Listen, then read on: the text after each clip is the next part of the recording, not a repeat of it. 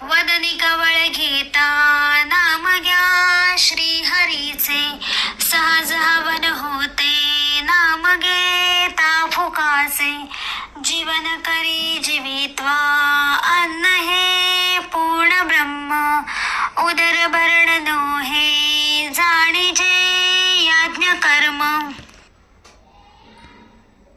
दादा, हा तुझ्या डाळ-भात भाजीचा घास, हा तुझ्या लाडवाचा घास.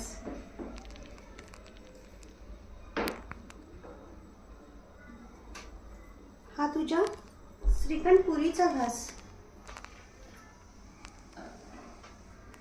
हा तुझ्या गुलाबजामचा घास आणि हा तुझ्या पंचपक्वानाचा घास. ताई, हे काय करतेस ग? अरे, तू मला नाही जेवायला बोलवलंस, माझ्या श्रीमंतीला जेवायला बोलवलंयस ना, म्हणूनच तर हे सगळं. आठवतं का तुला? 4 दिवस मी उपाशी होते, तेव्हा कधी तुझं माझ्याकडे लक्ष नव्हतं? तेव्हा बरं दुर्लक्ष केलंस आणि आज हे पंचपक्वानाचं ताट का? मी जेव्हा फाटक्या साड्या शिवून घालत होते तेव्हा मी तुला बरं आठवण झाली आणि आज माझ्यासाठी रक्षाबंधनला साडी घेऊन आलेस. रक्ताची नाती अशी तुटत नसतात रे दादा.